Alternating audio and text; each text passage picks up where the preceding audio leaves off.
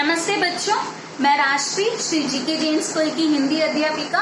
आज हम लिंग उसके भेदों की चर्चा करेंगे। सबसे पहले हम लिंग की परिभाषा की ओर देखते हैं। लिंग की परिभाषा है शब्द के जिस रूप से किसी व्यक्ति या वस्तु के पुरुष जाति अथवा स्त्री जाति के होने का ज्ञान हो उसे लिंग कहते हैं। अर्थात जिन शब्दों से हमें स्त्री जाति या पुरुष जाति के होने का ज्ञान होता हो उसे लिंग कहते हैं। उदाहरण के लिए स्त्री जाति में लड़की, माता, बहन, शेरनी, खिड़की, मामी, बिल्ली आदि। पुरुष जाति के उदाहरण लड़का, पिता, भाई, शेर, मामा, बिल्ला आदि।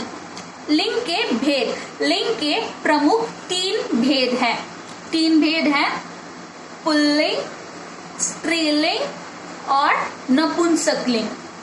पुल्लिंग की परिभाषा की ओर सबसे पहले हम देखते हैं। पुल्लिंग की परिभाषा है पुरुष या नर जाति का बोध कराने वाले शब्दों को पुल्लिंग कहते हैं। उदाहरण के लिए नर, फल, भवन, छात्र, देश, शहर, बालक, पुत्र, भाई, पिता, मामा आदि। स्त्रीलिंग की परिभाषा। स्त्रीलिंग स्त्री या नारी जाति का बोध कराने वाले शब्दों को स्त्रीलिंग कहते हैं।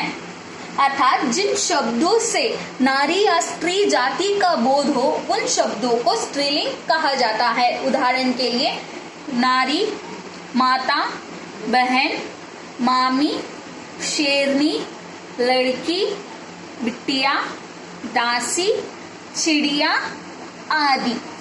और हमारा तीसरा लिंग है नपुंसक लिंग। नपुंसक लिंग की परिभाषा है निर्जीव वस्तुओं को नपुंसक लिंग की श्रेणी में रखा गया है। उदाहरण के लिए कुर्सी, किताब आदि।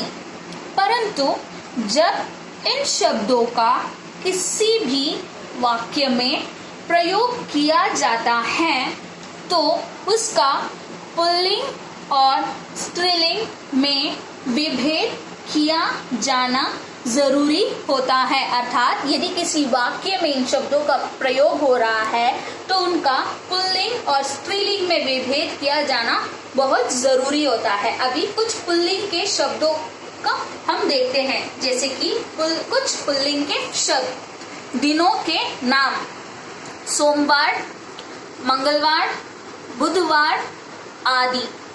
महीनों के नाम आषाढ़, श्रावण, कार्तिक, पोष आदि। रत्नों के नाम हीरा, मोती, पन्ना, नीलम, पुखराज आदि। वृक्षों के नाम नीम, पीपल, जामुन, अशोक आदि। पर्वतों के नाम कैलाश, अरावली, हिमाचल आदि। धातुओं के नाम सोना, पीपल, लोहा, तांबा आदि। चांदी धातु स्त्रीलिंग के अंतर्गत आता है। अनाज के नाम गेहूं, बाजरा, चावल, मूंग आदि। ग्रहों के नाम रवि, चंद्र, सूर्य, ध्रुव, मंगल, शनि आदि। शरीर के अंगों के नाम पैर, गला, पेट, मस्तक, हृदय, सिर, हाथ, दांत, बाल, कान आदि। वर्णमाला के अक्षर स्वरों में ई, री, ए, आई को छोड़कर सभी पुल्लिंग हैं। समुद्रों के नाम प्रशांत महासागर, अरब सागर, हिंद महासागर आदि। तो ये रहे पुल्लिंग शब्दों के उदाहरण। अब हम कुछ स्त्रीलिंग शब्दों के उदाहरण की ओर देखते हैं। स्त्रीलिंग शब्दों के उदाहरण में लिपियों के नाम देवनागरी, रोमन, शारदा आदि।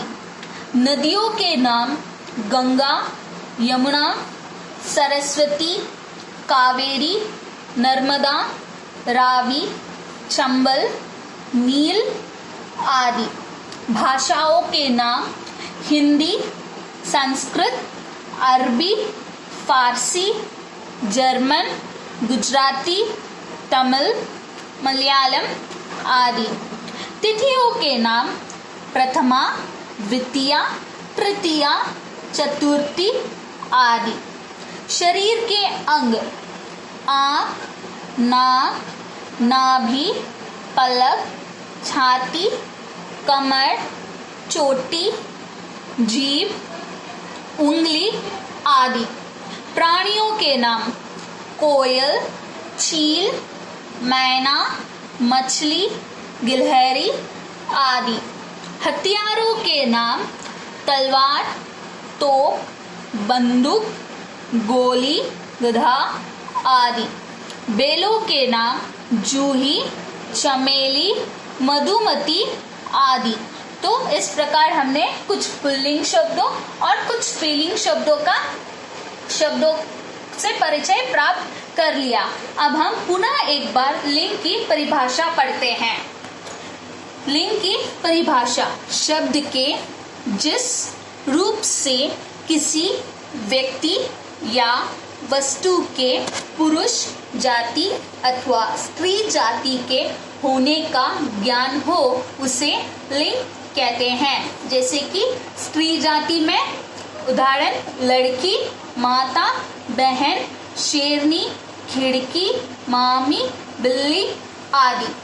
पुरुष जाति में लड़का, पिता, भाई, शेर, मामा, बिल्ला आदि। और लिंग के 3 भेद होते हैं। पहला भेद पुल्लिंग, दूसरा स्त्रीलिंग और तीसरा है नपुंसकलिंग।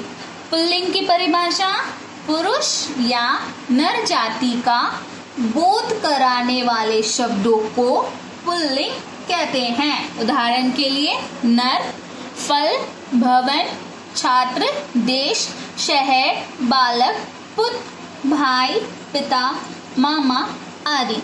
और स्त्रीलिंग की परिभाषा है स्त्री या नारी जाति का बोध कराने वाले शब्दों को स्त्रीलिंग कहते हैं। उदाहरण नारी, माता, बहन, मामी, शेरनी, लड़की, बिटिया, दासी, चिड़िया आदि। और नपुंसकलिंग की परिभाषा है निर्जीव वस्तुओं को नपुंसकलिंग की श्रेणी में रखा गया है, जैसे कि कुर्सी, किताब आदि।